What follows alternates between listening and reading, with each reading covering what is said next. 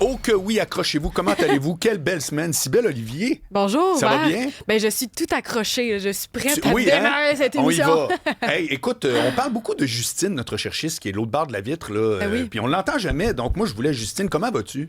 Ça va bien, toi? T'as-tu passé une bonne semaine en notre compagnie, Cybèle et moi? Oui, j'ai passé une superbe semaine avec Avec toi, aussi Marc. Jean-François Roy-Waron. Oh, qui est- c'est très drôle, ça, Marc. Oui, Merci. t'es content, Ça, hein? ça m'émeut. Bon, ben ça voilà, me touche. exactement. Ouais, calmez-vous, là. L'équipe, on la présente. Écoutez, je commence par un petit commentaire sur l'expérience que j'ai eue hier au Francophonie. Donc, j'étais au centre-ville et puis je prends le Bixi et je reviens vers chez moi. Donc, comme je l'ai dit, je reste dans le quartier des spectacles, donc dans le cœur de tous ces festivals, incluant les Francopholies. Et puis, à ma grande surprise, pour une des très rares fois, le rack à Bixi, qui est littéralement en face de chez moi, tout plein à craquer, il n'y a pas une disponibilité. Je m'en vais un petit peu plus loin, plein. Je m'en vais encore un peu plus loin, plein. Tout est plein. Je n'ai jamais... Il a fallu que je retourne d'où j'arrivais. C'est pas une blague, là? Non, mais pour vrai, à 3 coins de rue près, sur Sainte-Catherine, je suis retourné, où là, ça a été vraiment, en plus, une espèce d'aventure, parce qu'il y a des racks Bixi où tu as 2 rangées, là. Il fallait que je contourne, en tout cas, bref. Pourquoi je vous dis ça? Parce que c'était extraordinaire. Je m'en plains pas, au contraire. J'ai jamais vu autant de Bixi ces pistes cyclables. C'était une clientèle qui, manifestement, arrivait de partout. Donc, toutes les stations de Bixi, c'est pour ça qu'il y en avait tellement à cause des Francopholies. Les Francopholies, c'était plein à craquer.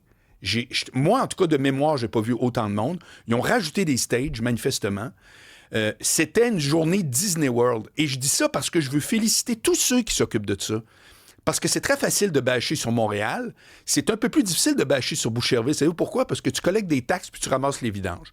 Voilà, la job est faite. Montréal, c'est un autre job. Avec le métro, la sécurité, tout. Et hier, je me disais, mais c'est extraordinaire. Donc, chapeau aux organisateurs des Franco, chapeau à ceux qui s'occupent, chapeau à la ville pour ça. Alors, évidemment, après ça, on peut en critiquer de tout bord, de tout côté. Tout est critiquable, moi inclus. D'ailleurs, quand vous textez ou autre, ou si vous voulez m'écrire, je réponds à tout le monde, hein, en passant.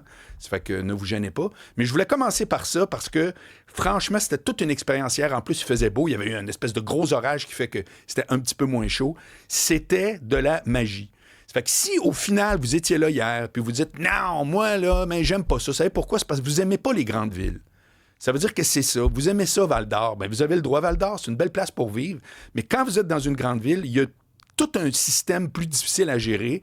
Il y a des compromis à faire, puis il y a des avantages. Comme le fait que, regardons ça en bas de chez vous, il y a les Francopholies. Ça fait que chapeau à tous ceux qui ont organisé et qui organisent encore cette section-là de la ville. Moi, je trouve que c'est vraiment hors